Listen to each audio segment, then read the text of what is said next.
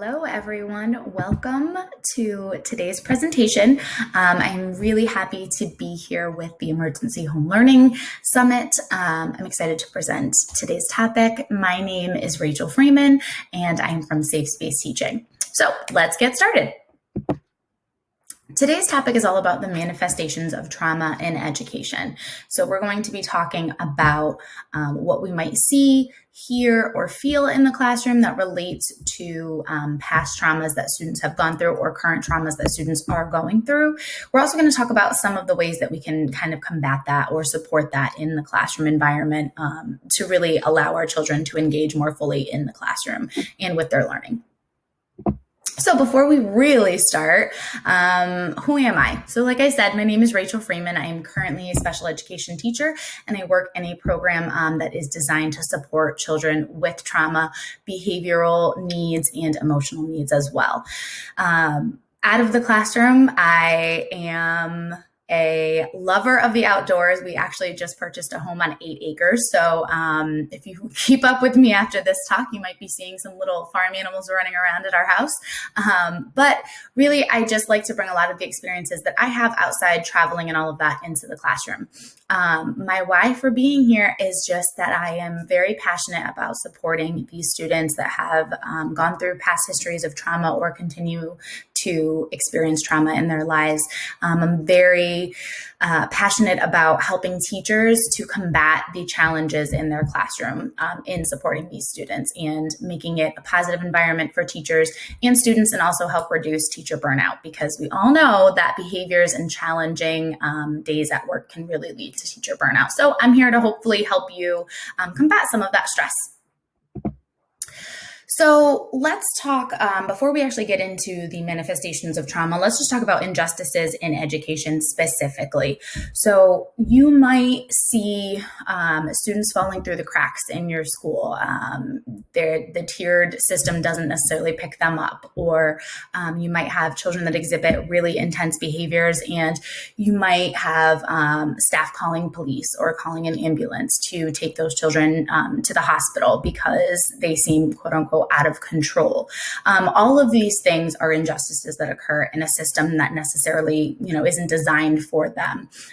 It's not really meeting their needs. It's kind of just reacting to the behaviors and the problems that we see. They occur in and out of school. Some of the traumas that we'll see in the classroom are not related to past traumas that students have gone through.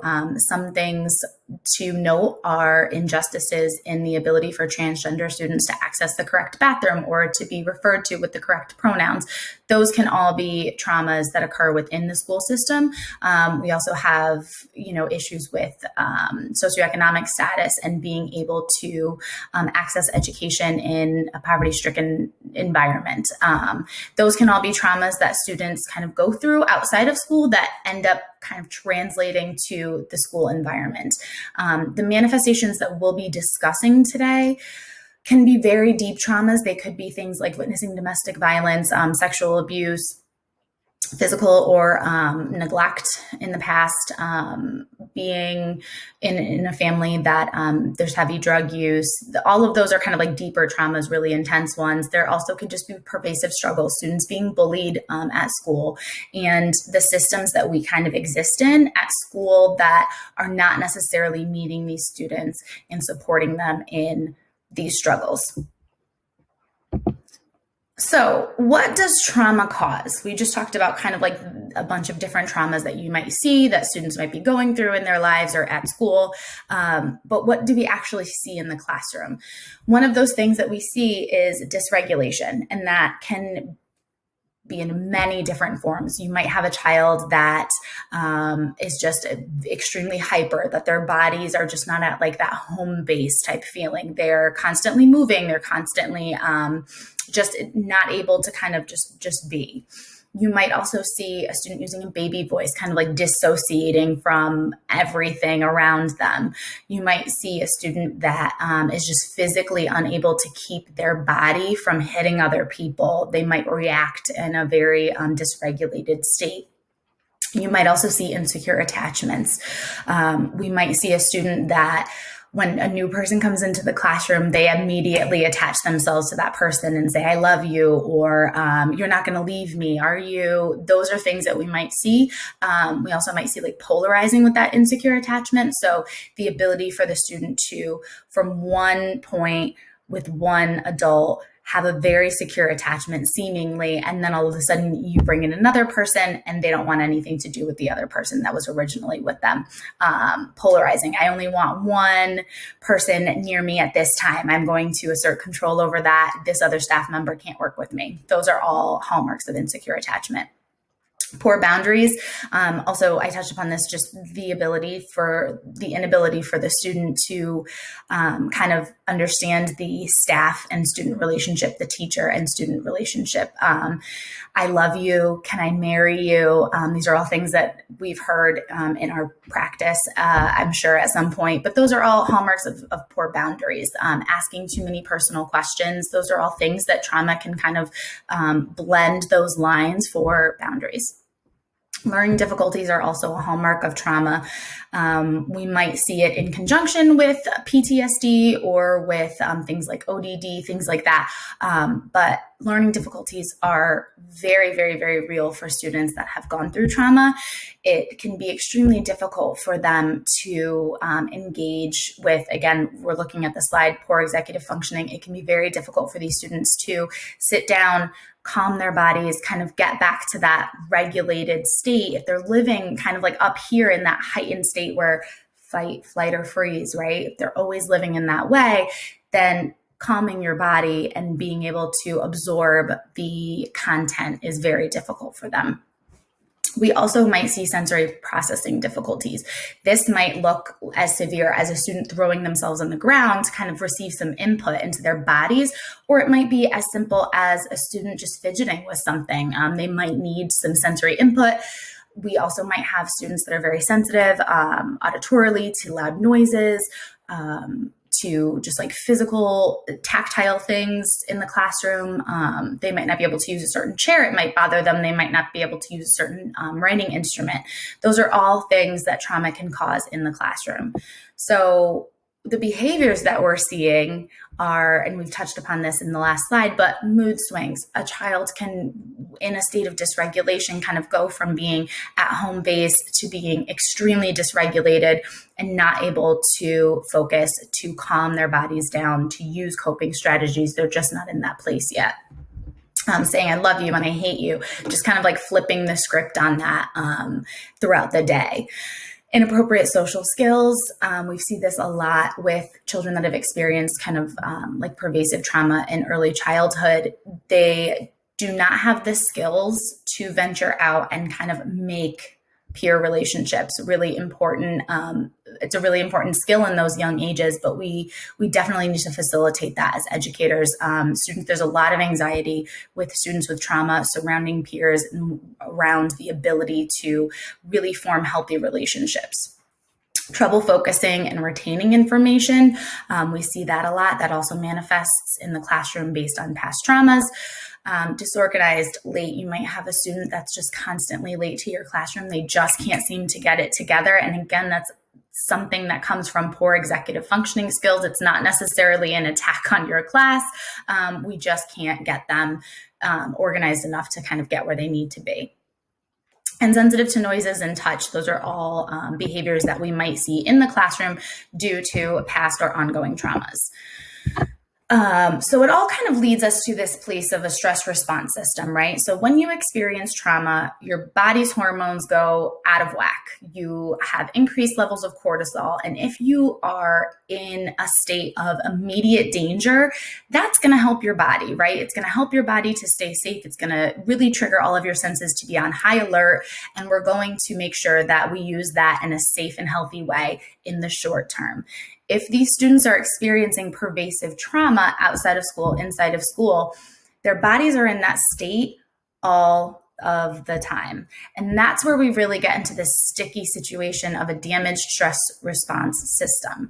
So if we're looking at this slide, damaged stress response systems will look like a short fuse, not this wide bandwidth for these students to have like the ability to take in multiple things, to kind of be frustrated with something and work through it. They just kind of go from 0 to 60 really quickly. Physical response to stressors. It's not just that they're mentally taking in outside stressors and thinking, oh, this is so frustrating. This is annoying. I don't want this. I can't do this. Their bodies react. They react kind of like wholeheartedly. So their bodies might tantrum. Their speech might become very different. Again, we talked about the dissociated state. It's really a whole body experience to react to those stressors. Frequent relapse to poor coping mechanisms. Even if a student has learned to use a proper coping mechanism once, it's not guaranteed that they're going to be able to use it again. It really depends on that dysregulated state in their body and how long we've been kind of modeling those proper coping strategies. And then poor executive functioning skills. Like I mentioned earlier, the ability to organize yourself, the ability to ask for help, the ability to advocate for your needs. Those are all things that are really hallmarks of a damaged stress response system. So conversely, a healthy stress response system and what we're kind of hoping to create in our students with trauma histories is being aware of those triggers, knowing that there are certain things that are going to trigger them. What are they? Let's identify them, and then let us support you in creating strategies and supports that can kind of help you navigate those. Maintaining various positive coping mechanisms. So really just looking through all of the different coping mechanisms, utilizing a quiet space or a safe space, being able to do some deep breathing, coloring, even ripping papers, anything that's going to support the student that they identify as helpful. We really want to include that in their programming. We also, a healthy stress response system is also being able to express your emotions thoughtfully. With students with trauma, it's so important that we allow for nonverbal communication before we allow for verbal communication. It can be extremely difficult for these students, especially in the younger ages, to be able to verbalize things that they don't necessarily understand themselves. So if you have visuals, you can kind of put it as like an I feel and then I need column, and just like supporting visually. What are you feeling right now? And what is it that you might think that you need, and let's try it. And then let's kind of, debrief afterwards and discuss, did it support you? Did it help you? Did you get back to home base? If it's not helpful, let's scrap it and let's try something else. Just kind of keeping those lines of communication open so that we can repair that damaged stress response. So when we're looking at trauma-informed strategies and really supporting the manifestations of trauma in education, we want to look through that trauma supportive lens. And I talk with teachers, and I think that they kind of get this idea that trauma-informed teaching is kind of like behavior management. And if I look at it as such, then I'll be able to control the students. And that's really not what we're going for here. The real hope is that trauma supportive teaching lends to deeper relationships and lends to the root causes of the problem, and not just putting a Band-Aid on, managing the class as a whole. So this slide just kind of goes through the differences between a trauma-informed lens and a behavior management strategy in the classroom. And there are some similarities. So when we're working with trauma-informed or trauma-supportive education, it's really individualized. We want to create a plan for the student that is supportive of their individual needs. Whereas a behavior management system for a classroom, and this could be for high school students, for middle school or elementary, you really are thinking about class-wide. All of the rules pertain to everybody. We're all working towards the same goal. That's kind of where that behavior or classroom management strategy comes in. Trauma-informed education is never punitive. There's never a sense that, oh, you did this happened to you, so you're going to exhibit this behavior, and now I'm going to punish you for that. So if you're providing tokens or you're providing tallies for doing really great work or for using a coping strategy. Those can never be taken away from you. Whatever a student earns in a trauma supportive environment, whether it's reinforcers or prizes or whatever, those really get to stay with those children. They do not kind of get removed. Whereas in a behavior management system, it can be punitive. I've seen, those marble jars, teachers use those all the time. I used to use them. And those can be taken out, right? So if the students are really chatty during a transition and you want to kind of just draw their attention to that, you might say, oh, I'm going to take a couple, marbles out of the marble jar. That's not really what we're looking for with that trauma supportive environment, because again, we're trying to repair a damaged stress response system, and we're trying to create trust and support surrounding the trauma and the manifestations that we're seeing in the classroom. The foundation is safety-based with trauma. It's all about safety, and we're going to discuss that in the trauma-informed hierarchy, but it really is all about safety. So if you can kind of like train your brain as the educator to go back to what is this child going to need to feel safe, and what are we going to need as the teachers and as the students within this environment, what are we all going to need to feel safe? That's kind of where we're going with that trauma-informed lens. And behavior management is not always built on those social emotional practices. We really want to include a ton of trauma supportive action in our lessons. So any place that you can utilize reflective writing, or that you can incorporate word problems for math with that trauma supportive safety lens, that's really where you're going to get more bang for your buck, right? We want this whole like holistic approach to trauma supportive practices. So it's integrating all of these tiny little bits and pieces into this wide lens so that the child is getting reinforcement of these practices in all ways, no matter what materials we're providing them. And the behavior management side of things, it's more procedural. This is what we're doing. This is the process that we go through, and it doesn't really change. It's not really integrated in the content that we're providing our students.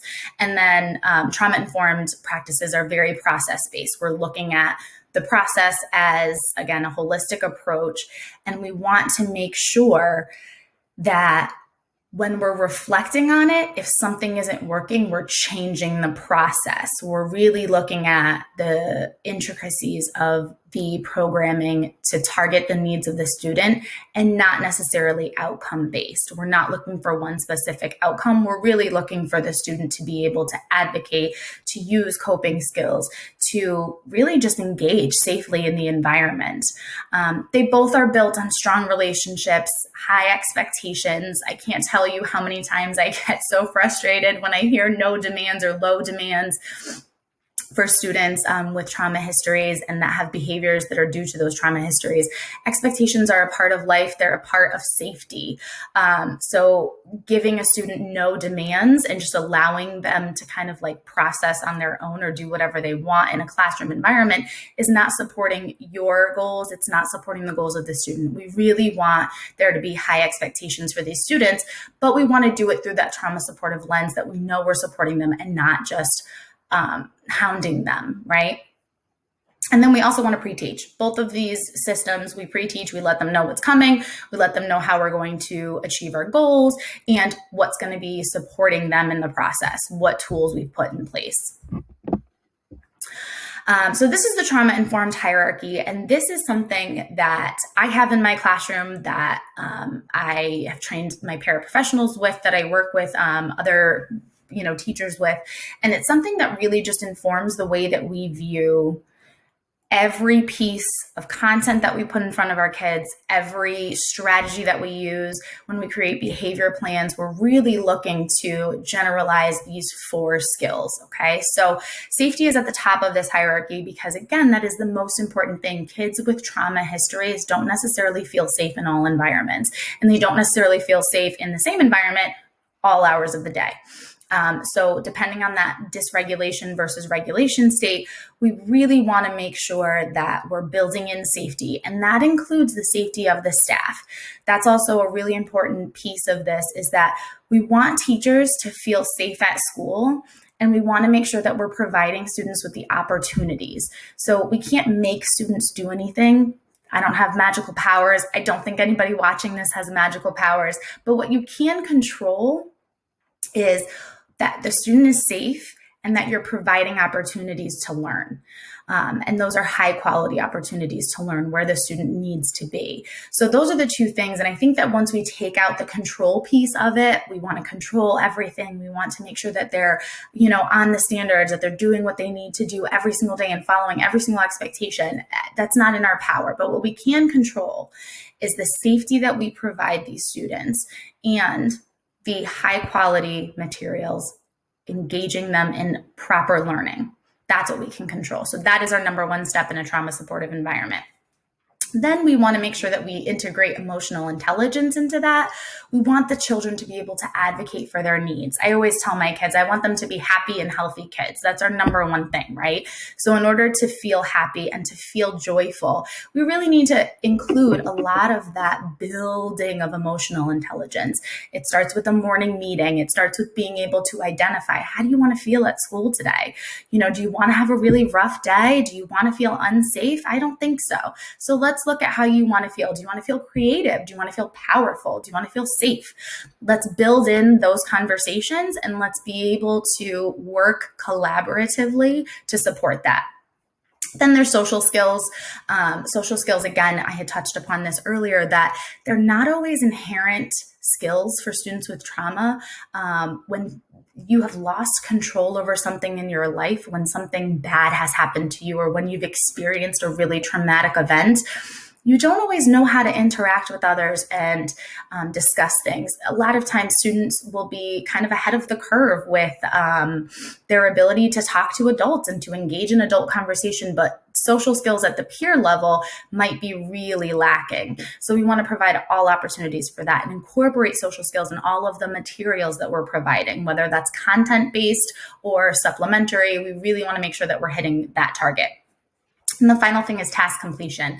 That needs to be looked at through a lens of, how do we get to the top 3 tiers, safety, emotional intelligence, and social skills? How do we embed those in our tasks in order for the student to generate actual work completion? So we don't want to kind of harp on that as this is what you have to do today.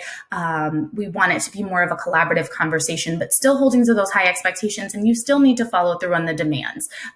That's really that trauma supportive environment. So your action plan, our action plan, at school and at home, these are things that you can utilize to support the manifestations of trauma in an educational environment in the home setting as well as in the school setting, because we know that there are a ton of teachers that are teaching from home. We know that there are a ton of students that are working with parents very closely at home right now.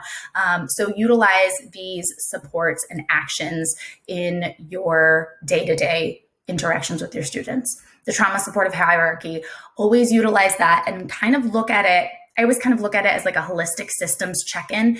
Am I kind of checking all of these boxes? Did I kind of move away from safety? Am I really worried about them finishing this writing assignment when I could be embedding more social skills into the writing assignment or the emotional intelligence assignment and shortening it and kind of lowering the demand, but keeping the demand in place? How are we supporting these students through that lens? Sensory, making sure that we provide a sensory diet to students that really need it. And even students that haven't necessarily had like any type of like OT or occupational therapy evaluations, it's just good practice to support students in their whole body. We want to make sure that we incorporate some time for reflective practices and meditation and quieting our bodies and learning how that sensory aspect can fit in to regulation.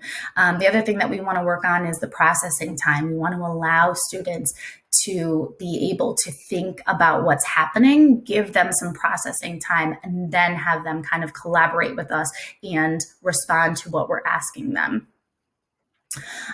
Choice. We always want to provide choice to a student that has a trauma history. It's very important that they assert control over their environment in meaningful ways. We want to make sure that we're providing our students with a non-negotiable. The adult is in charge and the adult is going to keep you safe. A lot of times for students with trauma histories, adults have not always been that safe place for them. So it's very important for us as educators to ensure that the student understands that I am here to keep you safe. That is my job. So there are certain things that are not going to be in your control as a student, but here are some things that are in your control. You can choose where you do your work, whether you're sitting under your desk, by your desk, at your desk, whether you want to use a crayon to do your work or you want to use a pencil. Which do you want to do? Which task do you want to do first? I have math or I have reading. Which one would you like to do first? Those are opportunities for the student to assert control over their environment without engaging in a power struggle and knowing that the adult is still in charge. And then modeling and narrating.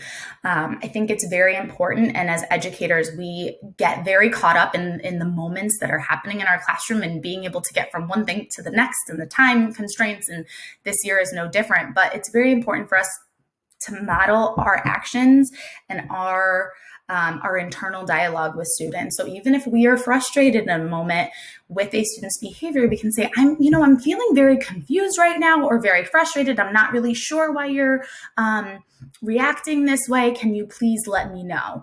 We're narrating that inner dialogue in our heads, but doing it in a way that is safe for the student, that allows them, again, to insert some control over the situation and provide their input.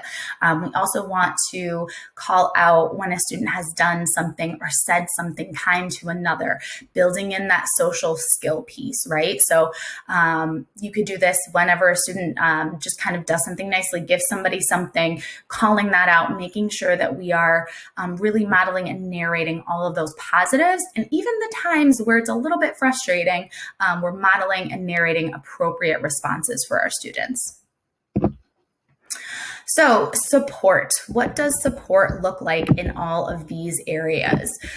We want to make sure that we bring all stakeholders into the conversation, identify the systems and reactions of inequality. So the way that we interact with parents, the way that we're interacting with administration, how we bring in third-party support systems, if we're talking to medical professionals outside of the school, we want to make sure that we are, again, I say this word all of the time, but it's really that holistic approach. What can we gain from everybody working together?